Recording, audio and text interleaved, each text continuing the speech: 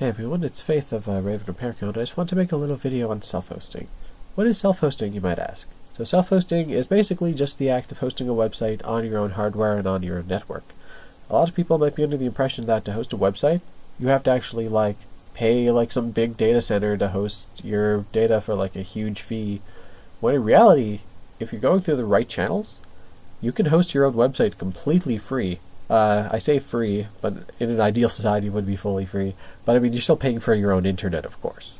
But apart from what you're already paying for your internet access, you're not paying any more to host your own website. So the methods I personally recommend for this are using free DNS to find a domain that you like. They're all going to be subdomains. You're not going to get anything like I have up on the screen here, like lane.app. I had to pay for that, unfortunately.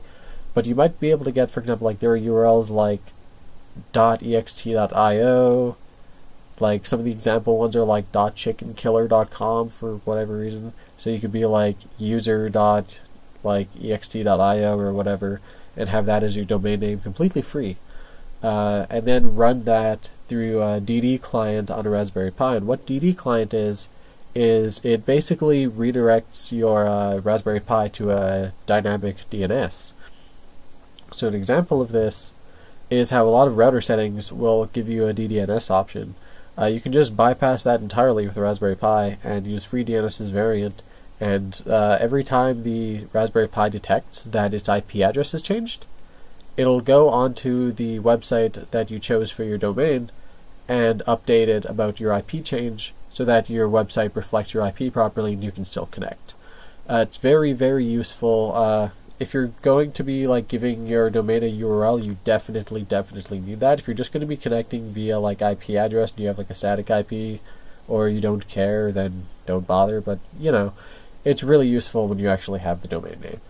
And I use Apache 2 with MariaDB and PHP 7.2 for hosting Nextcloud. And I have this instance modified to fit a kind of Serial Experiments Lane type theme, as you can see by the Navi symbol there. And what I use this for is mostly media player, because I don't want to pay for Spotify every month, plain and simple.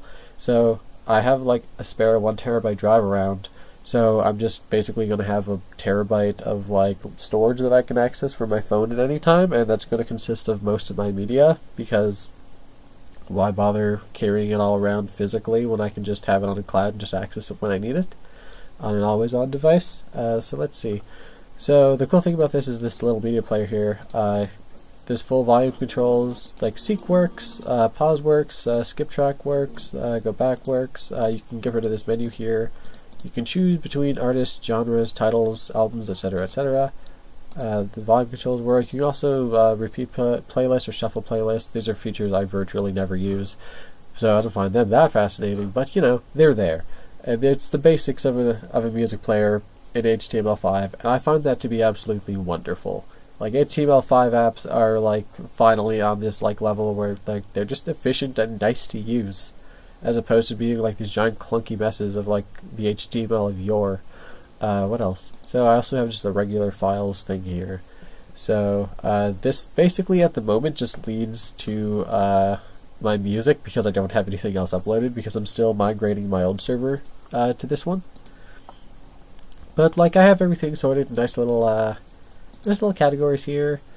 So I got some ghost data here.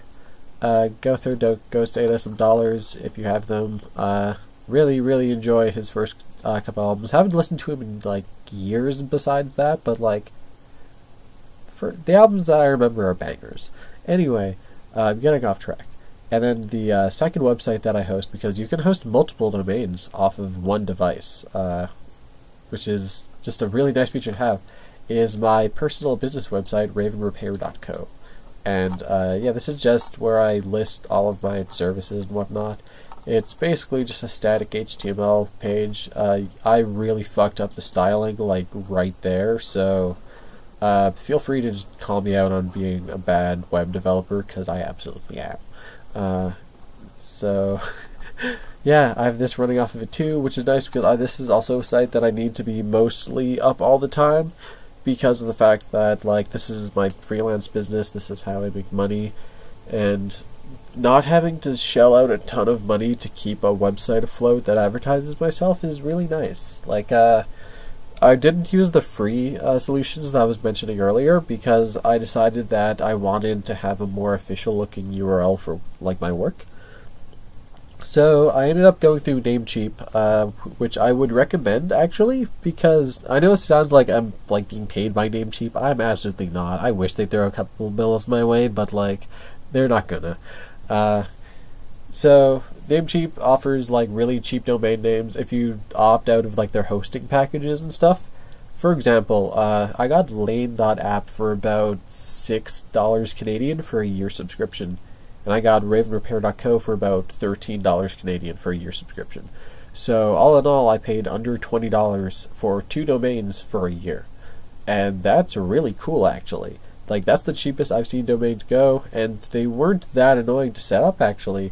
Like, I thought it was going to be like this huge pain, but using like a couple of tutorials I found on setting up multiple DD client instances, it was just a breeze. And now I have a Nextcloud file server that I use, and it can access from anywhere in the world. I have my own personal website which I can advertise myself from, and I'm not really paying a cent more. Like, in theory, I don't have to pay a cent more than I do for my internet as it is.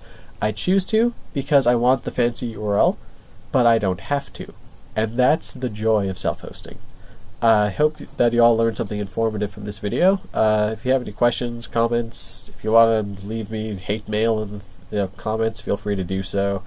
Yeah, I hope you all have a wonderful, wonderful day.